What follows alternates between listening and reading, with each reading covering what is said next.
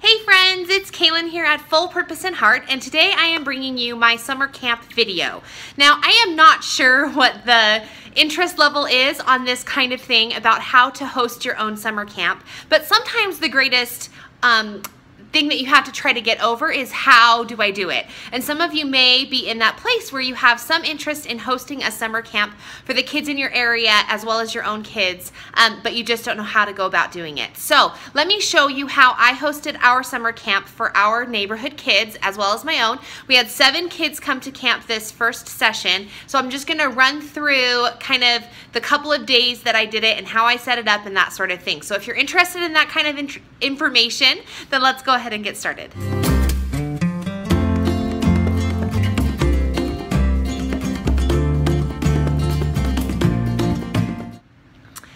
Okay, so summer camp. There are a million ways that you can set up your summer camp.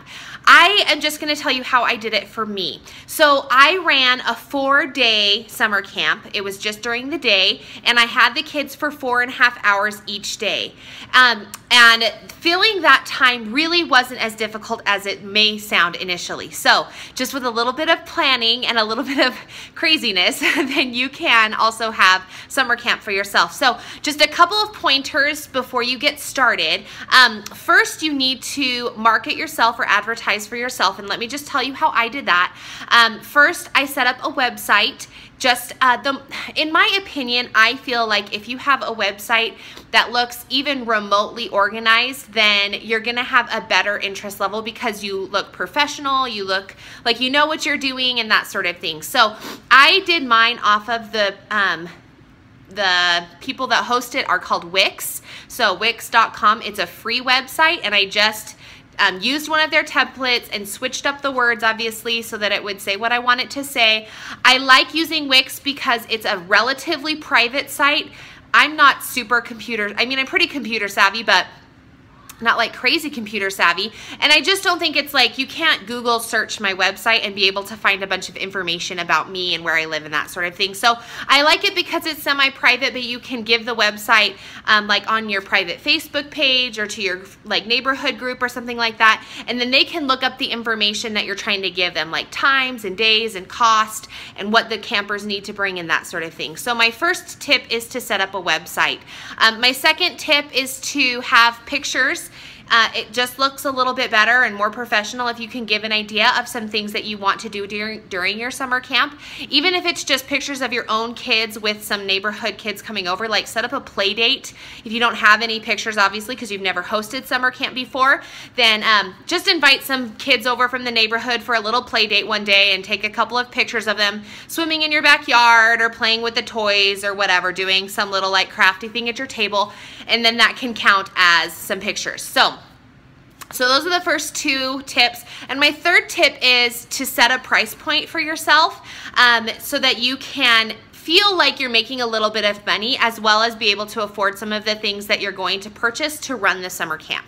So for me, the first year that I did it, I was living in an area where there just wasn't a lot of extra money for us, for anybody that was in our area. We all just kind of were in the same phase of life where we just didn't have a lot of extra money to put our kids into extracurricular stuff. So just kind of take into consideration the area that you live in and kind of what people are paying for and that sort of thing. Like, is everyone sending their kids to soccer camps? And soccer camps, what is that price point? And just kind of decide for yourself. So anyway, that was it's always a little hit or miss, but it helps to kind of, at least pay for a little bit of what you're doing. Okay?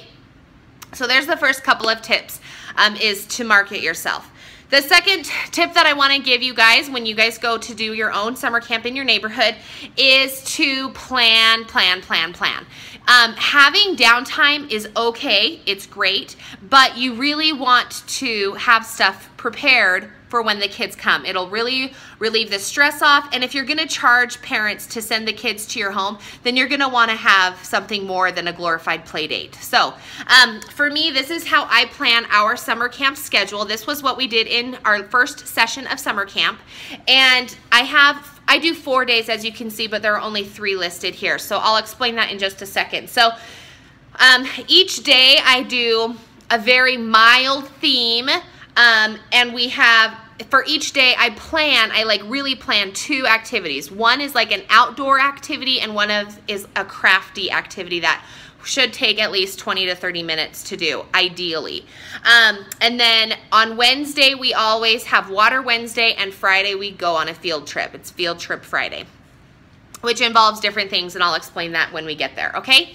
So I'm just gonna run through these days really quick of what I did for our first session of camp so you can get an idea, and maybe then you'll have some confidence to be able to do it for yourself in your area, either for some neighborhood kids or maybe just for your own family that you have. If you've got, you know, lots of little munchkins running around, then you can do it for your own kids, okay? So the first thing that I did, every time when the kids showed up to camp, we would come into, we did it inside my home, and I had a couple of tables set up because I run a preschool. We're a homeschool family, and I run a little preschool. I have some little preschool sized tables, but you can easily just do it at your kitchen table, and I have various crafts for them to do. Now, these are crafts that I purchased off of orientaltrading.com. They're really affordable. My only hint or my like insider tip would be to let you know that you want to make sure that you choose activities and crafts that are age appropriate.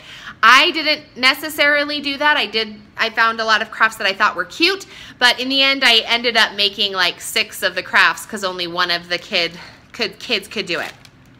But I'm just gonna show you. So the first craft that we did is we made little binoculars, and this is the kit that it comes in. It's all prepackaged for 1 person, and I think I got 12 kits for $6, I'm gonna say.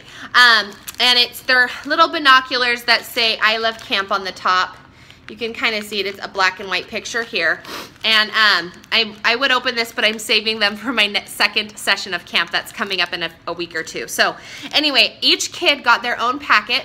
I had little IKEA colored bowls, or it doesn't have to be from IKEA, but just any bowl. And I put all of the pieces inside the bowl so that each kid have their own kit, and they didn't like mix up whose supplies were whose. And then, so that's the first thing that we did when they first showed up to camp, is we sat down and we made this little craft. After the craft was finished, it took probably about 15 or 20 minutes, and I ended up, like I said, making 7 binoculars because they were more than what the kids could do, but it was still fun.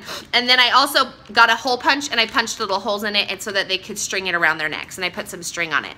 Okay, so then after that, we did circle time. And every day I had, I call it circle time just because that's what I call it in my preschool, but it wasn't necessarily like a school-centered circle time. We did talk briefly about what day of the week it was and the number of the week, but that was really like the extent of that. Mostly we just like went over rules for the day. I reminded the kids what the rules were. I also talked to them about each other's names, so we like introduced each other, and I would have one question of the day that we would ask. So like on Tuesday, I asked them what is their favorite thing outside that they like to do outside, since we were kind of having a nature outside day. And then we talked a little bit about like what the earth was and all the different parts of earth, how there's like oceans and jungles and deserts and yada yada yada. So we talked about all of that. And then we had little nature bags that we made. And I don't have an example because I didn't think until just now that I wanted to show you that. But it was just a brown lunch sack that I had a bunch of like stickers, and we put a bunch of stickers on the lunch sack, and we put the kids' names on them. And I had given each of them a scavenger hunt list that we pasted on it of some things that I wanted them to look for our next activity, which was going to be a nature hike.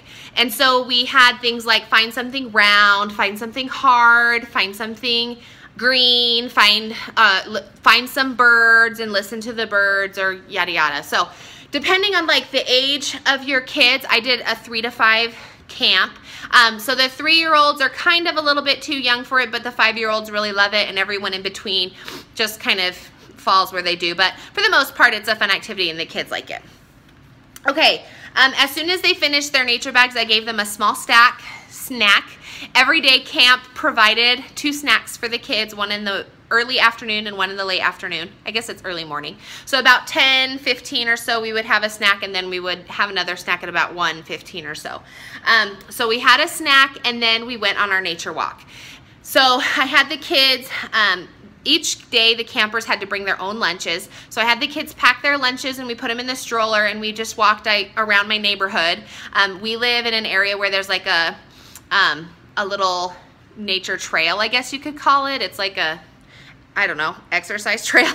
I don't know what you want to call it, but anyway, it's kind of something to walk around. It's not anything special, but anyway, we just walked around and collected some rocks and looked at a couple of sticks and threw some rocks in the pond. And there was a bird that was kind of off the side of the trail a little bit, protecting its eggs, so we got to talk about that. Totally unplanned and perfect. And then the trail ends at a little park. So we sat at the park and the kids could play at the park, and we ate our lunch, and we kind of had some free playtime there where we could rest and drink our waters and play and stuff like that. So we did the nature walk, and then we had lunch. We then came back and I made sure everybody had their water bottles, and we all sat around the calendar area, and they all have like little mats that they sat on, and we read a story while they were drinking their waters. It was really kind of quite a warm afternoon, so I wanted to make sure the kids stayed really hydrated. So we filled up everybody's water bottles from the hike, and we sat down and reread stories. So this is another like prep tip for you, is to, at your local library, you can either go pick them out yourself or have do like a reserve thing, or so that the librarian picks them out. You know how some libraries can do that online. Anyway, and I found a bunch of books that were had to do with the theme. So I read the story about My Mother Earth is the name of the book. Of this particular book we read this day, and we talked more about the earth. And as we went through the book, then we talked, kind of like correlated, oh, do you remember seeing that on our walk? And do you remember seeing that on our walk, and that sort of thing. And you know, the little boy sitting by the tree by the stream, remember the stream in our walk, that sort of thing. So we kind of pointed out some things about earth. And we then talked about, again, what are some of our favorite things to do outside. I also had, in addition to that, this is like my story time. So if like the kids are in kindergarten or preschool, how they have story time where it's like a read aloud from the teacher. So then I got a couple of books that were camp associated. So you can kind of see back here, I have this one. It's Hello Mother, Hello Fada. And it's from that cute song from, I don't know, wherever, a long time ago. I just have it in my brain, and I didn't know there was a fun book. So I read this book to them on one day, and then I had another camp book for another day. But this was kind of a fun thing, and the kids liked the song and that sort of thing. So we did story time. And after story time, we had our indoor craft activity. And I tried to do it so that we had the outdoor activity in the morning and then the craft activity in the afternoon, so that we didn't have to be outside when the temperatures were getting so hot. So our afternoon activity was our rock pets. And some of you may have seen on social media when I was kind of testing out how to make these rock pets. I remember making them as a kid. So what you do is you just find rocks, and I happen to have like a rock thing in my front yard, so we just have a ton of like little rocks, and I had the kids go out there and select rocks, and we talked about we needed big rocks for the body, and we needed little rocks for the head, and even smaller rocks for the feet, and that sort of thing. And when I had researched how to do it, I was trying to find like a good cement glue that would cement the rocks together, but in the end I just used hot glue, and it worked out perfect. So then I took the hot glue gun as the kids brought their rocks to me, and we kind of assembled their pets, and then we all sat around and painted them with acrylic paint. Tip, acrylic paint obviously doesn't come out of the clothes. So the older kids did fine, but the younger kids, I put like a trash bag around their clothes to make sure that they didn't get it on their clothes. You just want to be careful, but acrylic paint really was the only thing that would stick on the rocks. It took them a little while to paint their pets. The older kids took a little longer than the younger kids, but then we just set them out in the sun so that they could dry while we finished the rest of our activities. I had a little PE activity for the end of the afternoon. I have one of those giant parachute games that they have that like, it's like a school game or whatever. Anyway, we played with the giant parachute for a little bit, and we played like Simon Says, and we played some like imagination games like pretend you're an astronaut, walk like an astronaut, or slither like a snake, or ride a horse like a cowboy, that sort of thing. So we did that for probably about 15 minutes, just got some wiggles out. And then we had some popsicles outside, and then by then our rock pets were all dry. So then we cleaned up, packed everybody's backpacks up because it was about time to go, and we finished up the day by singing the song Skidamarinky Dinky Dink, which it's just kind of a fun childhood memory that I have. So not from summer camp, just from my childhood. So we sang that song. Parents came, picked them up, and then they left. Okay, that was day one. Day two, I know this video is going to be kind of long, but if it's interesting to you, then hopefully it will be helpful and you'll be able to use these tips. Okay, so day number two is Wednesday. It's Water Wednesday. Really, it's only a half day of planning because by lunchtime you're going to send the kids in your backyard and they're going to just have a good time swimming. So on Water Wednesday, when they showed up, they did, this is another craft activity I got from Oriental Trading, and there are these, I don't know what they call them, but they're these little shapes, and I should have gotten, like, if I were smart and paid attention, I would have gotten like the sharks and the fish and the whatever, but instead I just got like little jungle animals. Anyway, so they have this shape, and then you give them this little like pencil tool, and then they can color, and all of the, I'll just show you really quick. So then they scratch around it, and it like has a color come through, whatever. Anyway, this is a great activity for all ages. Both the 3, the 4, and the 5-year-olds could do this all by themselves. The 5-year-olds wanted to like scrape off all the black and get the color, all the color to come through. The 3-year-olds just kind of like colored and messed around, but it was a really perfectly age appropriate activity, and it was not very expensive. It wasn't more than $6, but you get 24 of these little thingamabobs. I think maybe 12. I can't remember. Anyway, orientaltrading.com, and they were great. Okay, so when they first showed up, that's what they did. Then we had circle time, and we talked about water and the ocean and all that fun things. We had a little snack that afternoon, and then we made aquariums. Hey, Cameron, will you run and grab your aquarium so that I can show them what it looked like? Okay, so my son's gonna go get his aquarium, and it was just a little craft. I found it on Pinterest, and it was 2 paper plates glued together. So after circle time, I had the kids paint. I just used like poster paint, and yeah, bring it over here. Thanks, bud. I used poster paint, and we painted the inside of the plate and the outside of the plate here, and then we let that dry while we had a snack. And it worked out really good because these are wax plates. I think these are made by Dixie. The plates are Dixie plates is the brand. But because they have that wax center, the poster paint didn't like absorb like it does on the paper side, so it looked kind of watery, and it turned out really good. Unplanned, but it turned out good. Anyway, so we painted, then we let them dry, we stepped away, and we ate our snack. And then we came back, and I had little bowls, those same bowls that I had used the day before, and I had filled them with each of the kids' pieces. So I had already pre-cut these pieces. They had sand, they had the seaweed, 2 fish, a little diver, and a little octopus. So they took their little bowls of things, and I told them that they could decorate their fish.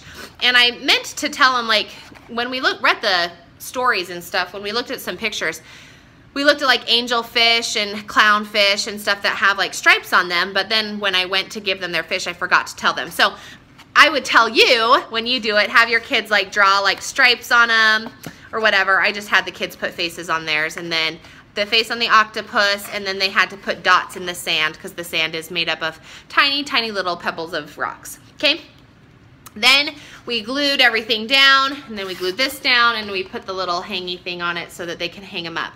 And it turned out really good. All of the kids, all the age groups could do this. When it comes to glue, you can use a glue stick. I just used Elmer's glue, and I put a dauble, is that a word, on just a little square of tin foil, and I gave them a Q-tip, and then they could use that as their glue stick, and everyone could glue down their pieces. Anyway, so it worked out. It was a really good activity, and it took up a good chunk of time.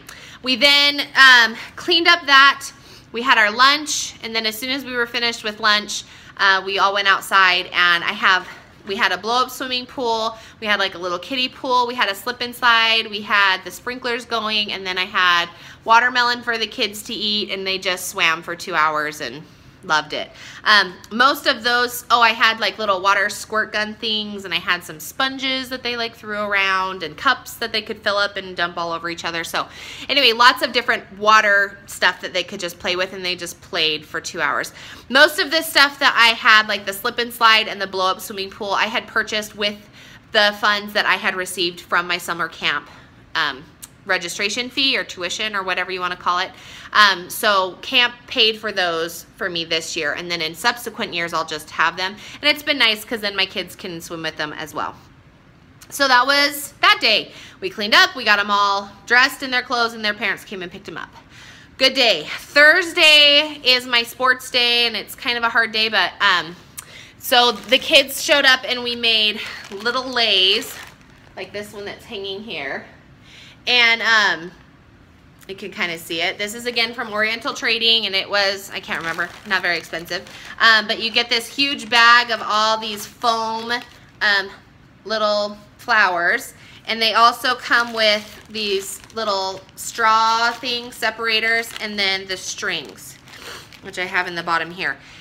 And this was not an age-appropriate activity, so if you have older kids, it's probably a good idea, but I had to string everybody's leis, and I ended up making them really small. So instead of like a full lei all around your neck of flowers, it was more like a little bitty necklace kind of a thing, just because it was taking so much time for me to string everyone's, because the hole inside here is super small, if you can see that, and the string didn't have like any kind of plastic end or anything to help the kids get it through. So it just, the 5-year-old, I had one 5-year-old who was turning 6 in like a couple of weeks, and he was the only one that could really do it by himself.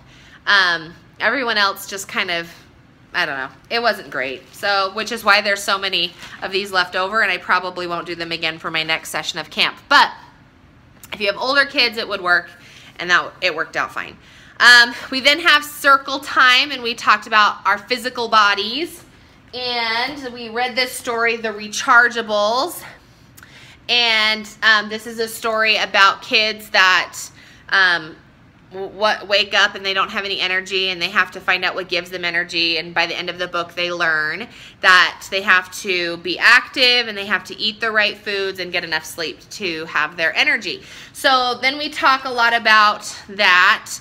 And I got some huge pieces of butcher paper, and I traced the kids' bodies on the butcher paper, and so they could like decorate their bodies. That activity, I think, in theory would have been good, but it was a really warm day outside, so by the time we had gotten outside, even though it was only like 10 o'clock, it was really hot. Nobody really wanted to be outside, and so anyway, we colored for a little while, but most people didn't finish their posters, and then, or their little body posters, and we came inside because it just was so hot. But anyway, we did that, and then we came inside and had a snack, and then we did our sports camp, which was the second portion of our morning activity outside. And for the most part, I don't know, like it went okay, but it's just a really hard day because it is a little hot outside, and you're getting the kids to run around. But I made an obstacle course just with some things that I had in my backyard. We have like a little slide. I got the hose out, so they had to like follow the trail of the hose. They had to go under some chairs, and then I have like a fabric tube, whatever you call it, that the kids had to go through the tube, and I made a little balancing beam out of some bricks. So anyway, it wasn't like fabulous, but we only did it, probably each kid did it 2 times, and then they were not interested in that anymore. So then I had 3 soccer balls, and they just kicked the soccer balls back and forth between the cones for probably the second half of the sports day before lunch. So I wouldn't say it was super successful, but the kids seemed to have fun, and some of them came and sat in the shade, and others of them played, and we took water breaks every 3 to 5 minutes, whatever. So it worked out, and the kids got energy out, and that was fine. We then came in the house and we had lunch, and then the second half of the day was a cooking class, and we made, they're like peanut butter Rice Krispie treat bars, and I did that specific recipe because it didn't require any hot cooking. You just kind of put the ingredients together in a bowl, you mix it up with their hands, and the kids didn't really want to get their hands dirty, but once I told them, like, this is what we're doing, get your hands dirty, mix up your ingredients, then they did it and they kind of enjoyed it after that. And then you do melt some chocolate and put chocolate on the top of that bar, particularly that recipe. So I melted the chocolate while the kids like washed their hands after they had mixed everything up and put the chocolate on top. Stuck those in the refrigerator so that they could become bars, and then they took those home with them at the end of the day. So I did have a lot of downtime on Thursday. So kind of as a tip, don't be afraid of downtime. Kids do like to entertain themselves. They do like to be friends. You like my little like peeker out here.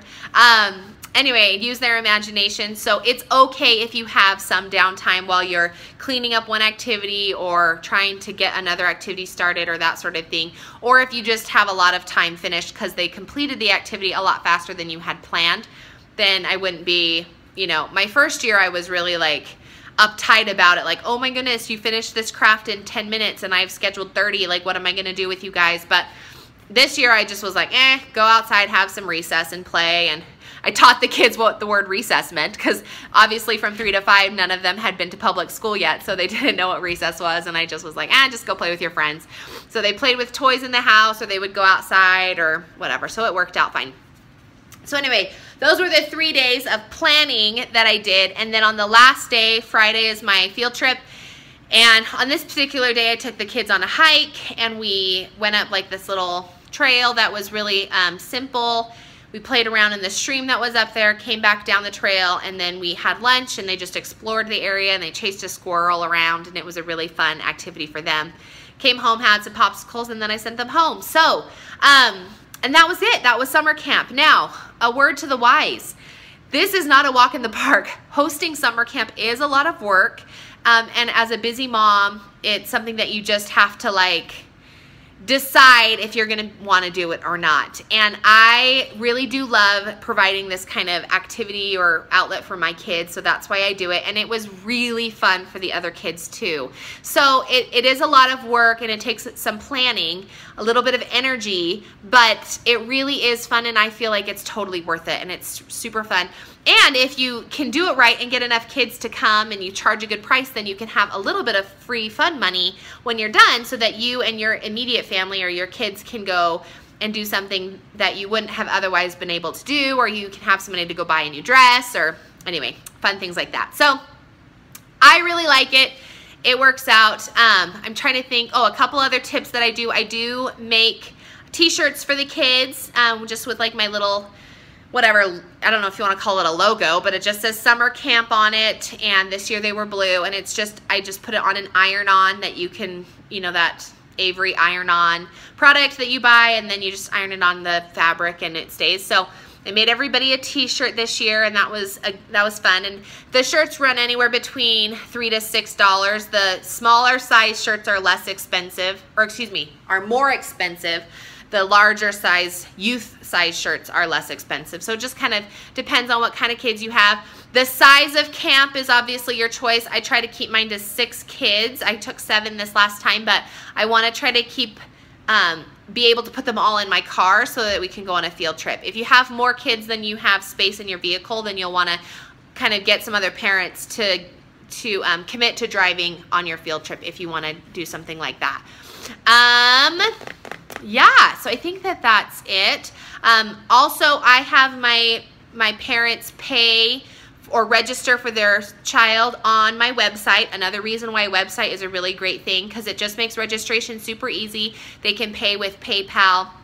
If you know them, then you can have them write a check and bring it to your house or bring you cash or whatever, but it's super convenient because then they pay before they come to camp, and you don't have to deal with exchanging money on the first day of camp or anything like that. It's just, that's super nice. So, and the Wix site does have a form that you can do that all included. It's all free, and then you just attach your PayPal account to it, and it works out. So anyway, this is kind of a longer video, but hopefully you found it informational and encouraging. If you have any interest in running a summer camp for your kiddos or the neighborhood kids around your house, then maybe this will give you a little insight as to how do I start and how do I go about doing it. And like I said at the beginning of the video, sometimes answering that, well, how do I do it question is the biggest hurdle, and after that you just kind of run with it. So hopefully I've given you some tips or some ideas of things that you can do with your kiddos during a summer camp and just make your summer camp a little bit more exciting, or your summer rather a little more exciting. So anyway, have a good day, and if you have any comments or questions, make sure you leave them in the little comment section below, and I'll answer them for you if you have more questions about how I ran my summer camp. And subscribe to this video if you are interested in these types of videos, because I do videos fairly often. And then like this video if it was good. Have a good day, guys. Bye.